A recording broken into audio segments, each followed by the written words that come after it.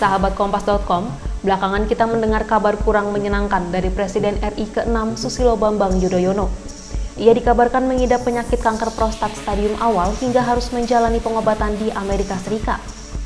Ngomong-ngomong soal kanker prostat, jenis kanker ini disebut sebagai kanker yang paling banyak dialami pria, sahabat Kompas.com. Lalu, apa itu kanker prostat dan seperti apa gejalanya?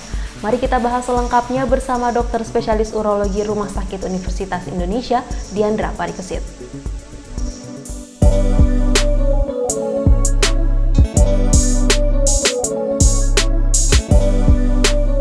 Sebelum masuk ke penyakitnya, mungkin kita mulai dari organ prostat itu sendiri ya.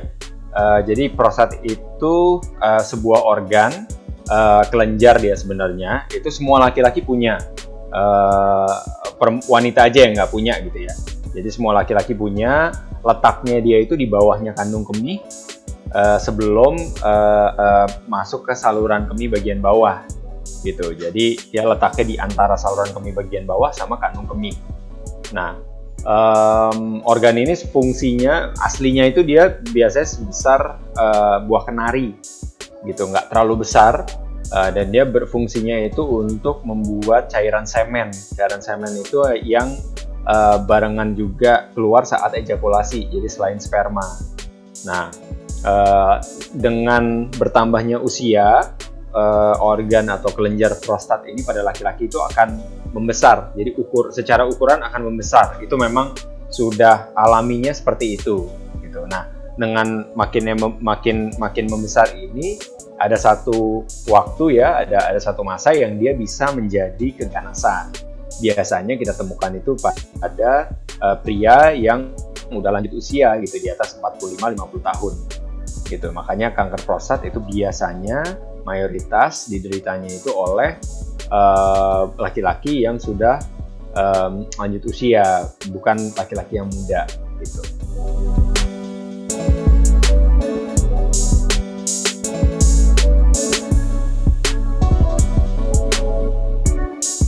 Jadi faktor resiko dari kanker prostat itu nomor satu sebenarnya usia. Karena yang tadi saya bilang dengan bertambahnya usia makin meningkat juga kemungkinan untuk pembesaran prostat baik jinak ataupun ganas atau kanker prostat gitu ya. Faktor-faktor resiko lain selain usia itu ras atau etnis. Jadi kalau di penelitian itu dibilang bahwa ras atau etnis kulit hitam biasanya itu lebih tinggi resikonya untuk mendapatkan kanker prostat. Kita sebenarnya orang Asia itu nggak setinggi itu, gitu faktor resikonya secara ras. Lain-lainnya ya tadi ya, riwayat keluarga itu juga mempengaruhi. Kalau anggota keluarganya terutama yang laki-laki dan sedarah punya kanker prostat, lebih baik kita melakukan pemeriksaan screeningnya itu lebih awal gitu ya, umur 45 tahun. Lain-lainnya itu merokok juga salah satu yang meningkatkan resiko kanker prostat. Saya rasa kalau untuk hal ini meningkatkan resiko kanker prostat resiko kanker hampir mayoritas semua kanker gitu ya kalau merokok. Lain-lainnya itu metabolic syndrome atau yang dikenal dengan kumpulan gula darah, tekanan darah tinggi, kolesterol dan obesitas. Itu bisa meningkatkan juga faktor resiko kanker prostat. Lain-lainnya yang bisa kita perbaiki ya, atau yang bisa dimodifikasi faktor resikonya itu sebenarnya pola diet.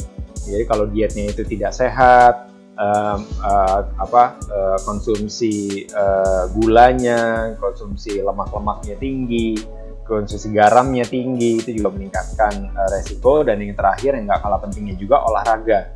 Jadi disarankan itu untuk olahraga setidaknya 3 kali seminggu, minimal setengah jam. Itu yang disebut olahraga rutin.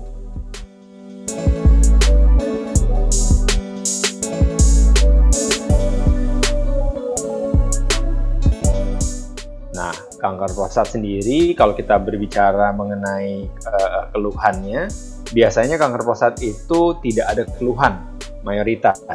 Tidak ada keluhan yang spesifik terhadap kanker prostatnya itu sendiri. Keluhannya itu biasanya ya kalau di atas 45-50 tahun, keluhannya itu justru lebih banyak ke arah gangguan berkemih, gangguan buang air kecil.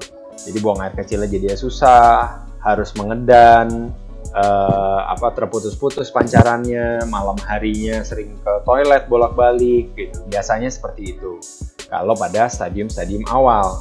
Nah, kalau pada stadium lanjut biasanya baru deh ke keluhannya itu lebih dari prostatnya. Biasanya sampai nyeri tulang, sesak napas dan lain-lain. Itu udah menandakan adanya metastasis atau penyebaran dari kanker prostatnya itu sendiri.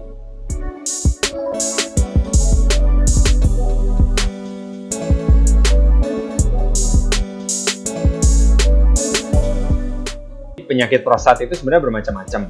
Bisa dari infeksi, prostatitis namanya, pembesaran prostat jinak, atau banyak yang menyebutnya BPH gitu ya, benign prostatic hyperplasia, atau kanker prostat.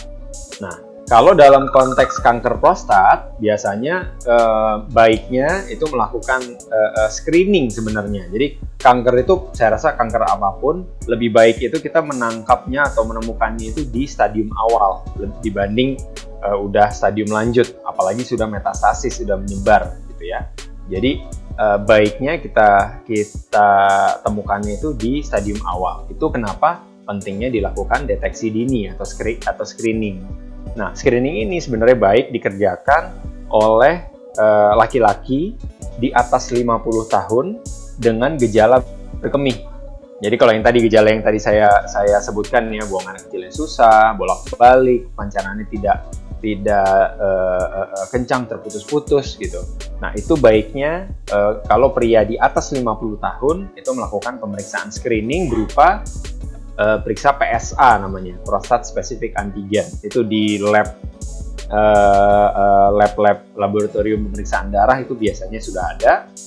Nah, kalau bagi mereka yang punya anggota keluarga baik bapak atau kakak adik gitu ya yang sedarah yang punya riwayat kanker prostat, baiknya mulai screeningnya itu di atas 45 tahun gitu. Screeningnya bisa dimulai dengan pemeriksaan PSA tadi ya, prostat specific antigen. Kalau PSA-nya itu ditemukan biasanya kalau di Indonesia cut off-nya adalah 4. Jadi kalau PSA-nya di atas 4, maka baiknya konsultasi ke dokter urologi, nanti ditentukan, dilihat dari derajat resikonya, apakah perlu melakukan biopsi, ya, biopsi prostat atau tidak. Nah, dari biopsilah baru ketahuan diagnosa kanker prostat. Jadi dengan PSA aja itu belum cukup gitu ya. Artinya nggak bisa orang dengan PSA tinggi terus didiagnosa dengan kanker prostat, itu nggak bisa. Diagnosa kanker prostat itu sendiri ditegakkan ya, dibuat setelah melakukan biopsi prostat. Nah, setelah melakukan biopsi ditemukan kanker prostat, baru kita melakukan namanya staging. Jadi kita mau tahu apakah stadiumnya ini baru di awal, stadium awal, hanya ada di prostat, kelenjar prostatnya itu sendiri, atau sudah keluar dari prostatnya itu sendiri tapi belum metastasis jauh gitu ya. Jadi baru keluar dari organ prostatnya dan menempel ke organ sekitaran, atau bahkan sudah metastasis jauh. Biasanya kalau metastasis jauh itu ke tulang, ke paru-paru dan lain-lain gitu.